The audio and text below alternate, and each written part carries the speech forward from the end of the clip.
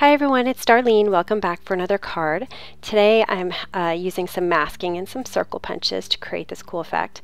I've got the Simon Says Stamp Favorite Flower set, which is pretty old, and I'm just now using it. And some My Favorite Things hybrid inks that I just purchased, and I thought it'd be fun to try those. So I'm going to take a Post-it and some circle punches, and you can use any size punches you have on hand.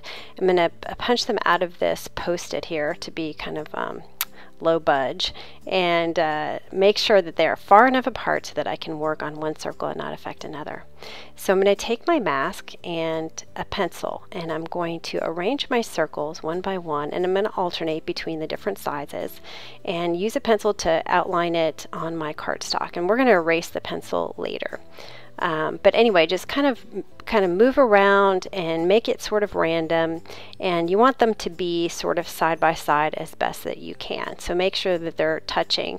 And if you're kind of worried that you might not, get it all perfect all the way around, I was really surprised mine actually worked out to be pretty well. You could punch them out on some scratch paper and arrange them the way you want them, and then you can draw them.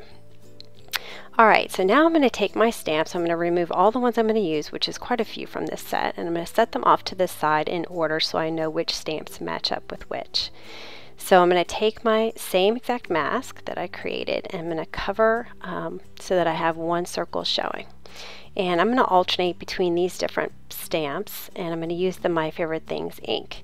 Now, when I stamped this stamp, I had used the stamp before, so maybe I didn't clean it off very well, but it made a dark mark on my ink pad, which was not really a big deal. But this ink is really pretty. I love the colors.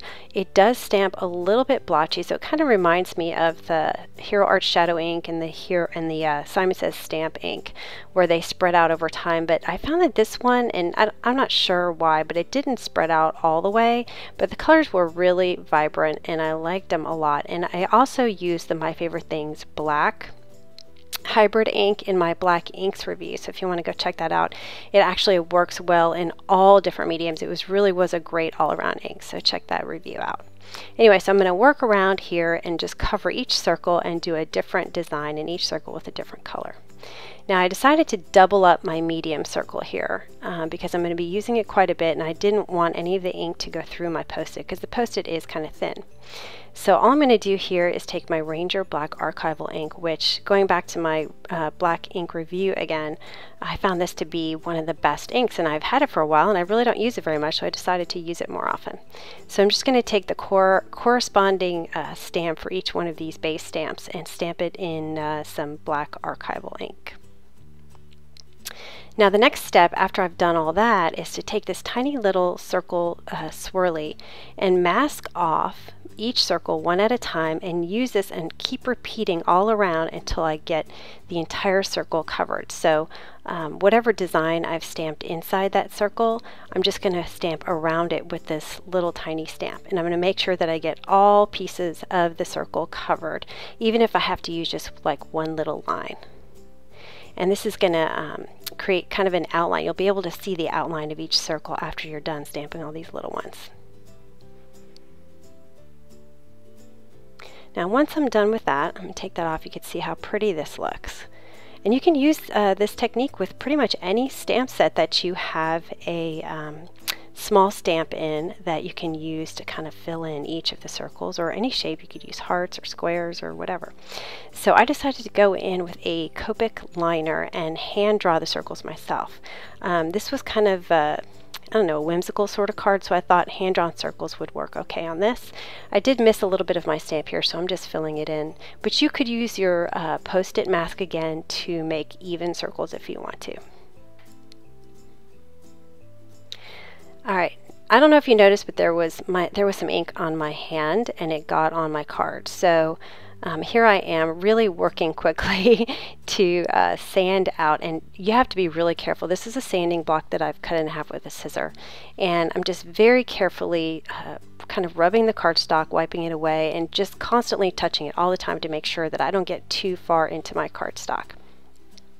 Okay, so here is just some black Stampin' Up! Cardstock, and I'm going to heat emboss it with some white embossing powder. This Hay sentiment is part of the Same Favorite Flowers set, and I use a stipple brush to wipe away any of the stray embossing powder because most of the time I forget to use my embossing buddy.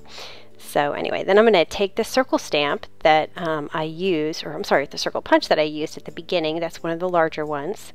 And I'm going to pop this up on my card in the circle. So notice I left one circle blank for my sentiment. And then I'm going to go back around and erase all my pencil marks, which honestly there really weren't too many. I had most of them covered. So this is a Hero Art set of note cards. It's already folded. It comes scored and folded, black on the outside and white on the inside. I really love these. So I bought them pre-scored. Now when I was putting my panel on, it was kind of hard. I always have trouble with this. So what I ended up doing is, see my fingertips at the bottom? I found that if I lined it up with my fingertips and then made sure that it was equal on both sides, it worked out great. So I'm going to continue to use this technique. All right, finally for the last little detail, I'm going to use this Irresistible Pico Embellisher. And so what you do is you screw off just the white top. I screwed off the black at first, but you don't need to do that, just the white. And you can see that it's a very, very needle fine tip. And so what I'm going to do, make sure everything's tight so I don't want it spilling out. I'm going to take a Post-it actually first and make sure that it's got a good liquid coming out. So you kind of spit out a little bit because there was some air in there. And what I'm going to do is I'm just going to make these circles here, and I'm really not caring too much about the lines. It's just going to be random, and you can almost think of this as like another set of circles on top of these circles. So I'm just going to outline each of the circles with the swirly, and then I'll go around each of the petals with the flowers. And it's really not very even. I did it kind of messy, but that's kind of the look. So anyway, once I'm done with that, then that is the end of my card. And you can see I put this back in. You really kind of have to have good stable hands here to get this back in, but this makes sure that it doesn't get clogged, and it was not clogged at all for me, so I was really happy about that. Anyway, so that's the card for today. I hope you liked it, and I will see you next time. Thanks for watching.